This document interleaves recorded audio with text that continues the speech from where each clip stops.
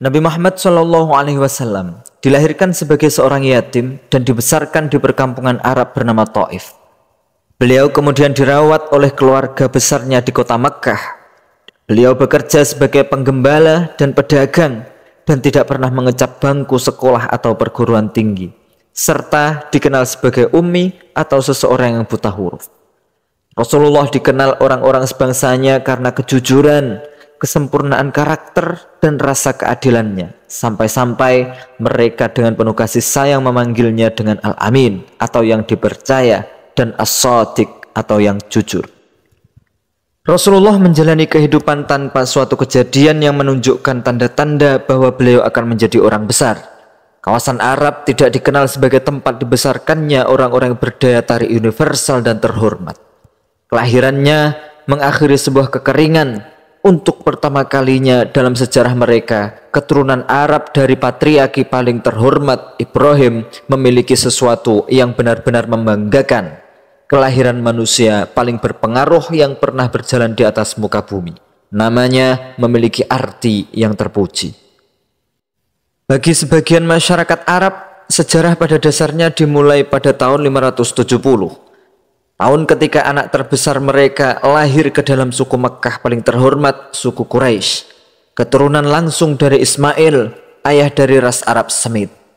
Rasulullah dengan sendirinya menggiring masyarakat Arab dari hanya menjadi catatan kaki sejarah manusia menjadi pendiri salah satu peradaban terbesar dalam sejarah. Lebih dari itu, Rasulullah meraih prestasi luar biasa tanpa bermodalkan apapun. Caesar memiliki kebesaran dan kekuasaan Romawi, Alexander memiliki tentara yang kuat, Heraklius memiliki kekayaan dan sumber daya yang sangat besar, sedangkan Napoleon dilatih di akademi militer. Rasulullah tidak memiliki satupun dari hal-hal di atas. Beliau memulai tanpa apapun, tetapi berakhir dengan memiliki seluruh dunia. Itulah kebesaran seorang pria bernama Muhammad, sang jenius paling tidak tertandingi dalam sejarah agama politik. Tinggal di kawasan Arab pada abad ke-7, Rasulullah semakin melepaskan diri dari kepercayaan dan praktik-praktik tahayul masyarakatnya. Beliau mulai mencari dan semakin mendekati hal-hal ruhani dengan cara menyendiri di Jabal Nur, di pinggir kota Mekkah. Dalam rangka meditasi dan pembaruan spiritual, beliau mulai mencari jawaban serius terhadap penyakit-penyakit dalam masyarakatnya, seperti korupsi politik, ketimpangan sosial, kesenjangan ekonomi antara si miskin dan si kaya, serta tahayul spiritual dan konflik kesukuan yang semakin lama semakin menjadi menu harian di Makkah dan Arab pada umumnya. Saat usianya mencapai 40 tahun, proses meditasi dan pengasingan beliau di Jabal Nur semakin intensif. Puncaknya terjadi pada satu malam di bulan Ramadan kala malaikat Jibril berkunjung langsung. Jibril menyampaikan serangkaian ayat ilahi pertama kepadanya dan beliau terus menerimanya sampai menghembuskan napas terakhirnya pada tahun 632. Jibril menegaskan bahwa Muhammad adalah Nabi Allah terakhir bagi umat manusia, dan Al-Quran yang terdiri dari 114 surat dengan panjang yang bervariasi merupakan wahyu terakhir Allah untuk umat manusia. Campur tangan Tuhan dalam sejarah ini menandai dimulainya misi kenabian Muhammad.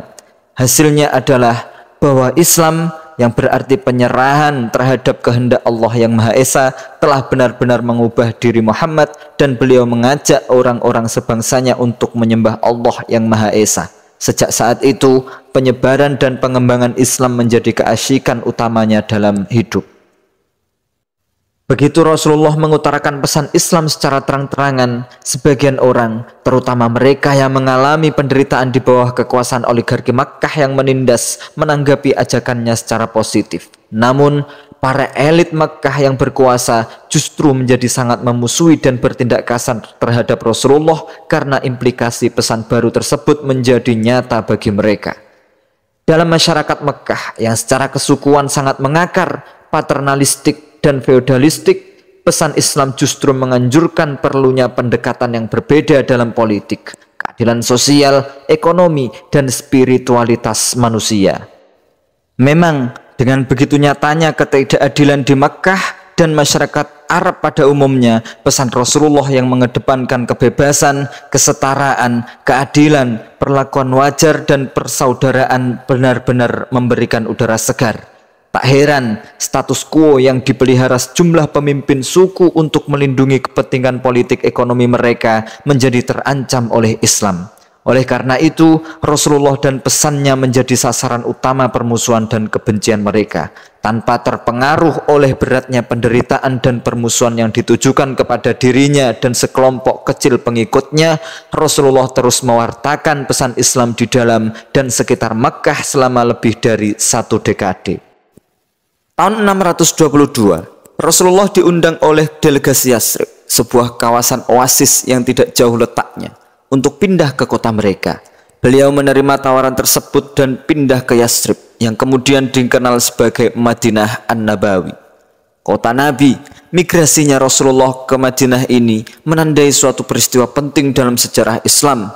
Kalender Islam dikenal sebagai kalender Hijriyah, dimulai pada hari tatkala Rasulullah meninggalkan kota aslinya Mekkah ke Madinah. Di oasis Arab nan indah ini, beliau menerima sambutan layaknya pahlawan. Para penduduknya berbondong-bondong keluar dan berjanji setia kepadanya dengan memeluk Islam.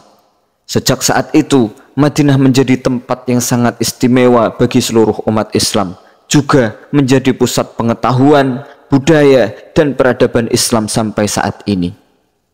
Ketika pemimpin-pemimpin Mekkah menerima kabar keberhasilan Rasulullah di Madinah, mereka menjadi sangat terkejut dan cemas setelah sebelumnya mencoba melemahkan beliau dan misinya di Mekkah yang malah gagal total. Kini mereka berkomplot untuk membuat kerusuhan di Madinah dengan cara menciptakan pertentangan di antara kalangan orang munafik, suku tandingan yang menyembah berhala, kaum Yahudi, dan para pendatang baru dari Mekkah.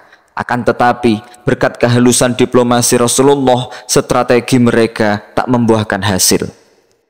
Tidak berkecil hati dengan hal tersebut, para pemimpin Mekkah bergerak menuju Madinah dengan kontingen besarnya dengan tujuan melenyapkan komunitas Islam baru itu. Rasulullah dan kelompok kecil pengikutnya bertemu dengan tentara Mekkah di dataran Badar yang berlokasi di pinggiran Madinah. Tentara Mekkah yang bersenjata sangat lengkap dengan jumlah lebih dari 1.000 orang berperang melawan sekitar 300 orang Muslim yang kekurangan senjata dan kurang persiapan.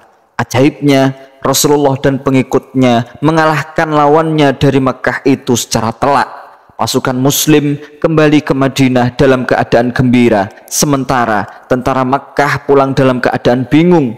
Demi membalaskan rasa malu mereka, para pemimpin Mekkah beberapa kali berusaha menghancurkan kaum Muslim, tetapi mereka gagal menerobos kuatnya pertahanan kaum Muslim. Terpukul oleh kegagalan mereka untuk melenyapkan kaum Muslim, pihak Mekkah akhirnya terpaksa menyetujui perjanjian damai dengan Rasulullah. Walaupun persyaratan dan ketentuan dalam perjanjian itu lebih memihak pihak Mekkah, beliau bersedia menandatanganinya meskipun diprotes beberapa sahabatnya. Ini keputusan cerdas yang diambil Rasulullah, karena periode damai ini memberikan kesempatan kepada masyarakat Mekkah dalam melihat Islam beraksi di Madinah untuk pertama kalinya. Selama perjalanan mereka ke Madinah, orang Mekkah melihat satu masyarakat yang benar-benar telah berubah. Rasulullah telah mengubah sebuah oasis yang suka berperang dan terpecah belah menjadi sebuah masyarakat sipil yang tumbuh subur. Untuk pertama kalinya dalam sejarah kota Madinah, faksionalisme kesukuan, ketidakadilan sosial, kesenjangan ekonomi, penindasan politik, penyiksaan dan pelecehan fisik, penganiayaan terhadap perempuan dan kekejaman terhadap budak tak lagi terjadi di kota tersebut. Sebaliknya, persaudaraan dan persatuan antara orang-orang mukmin, cinta, pengertian, dan kerjasama antara handai taulan dan sanak keluarga, menghormati hak-hak perempuan, membebaskan budak, dan minat tak tertandingi terhadap pengetahuan dan pendidikan menjadi kunci utama dari masyarakat baru yang diciptakan Rasulullah yang hanya berjarak beberapa ratus mil dari Mekkah. Transformasi tidak tertandingi dari sebuah masyarakat kesukuan, serta hati, pikiran, pola pikir, moral, dan adat istiadat masyarakatnya ini dilakukan Rasulullah dalam waktu 1 dekade saja.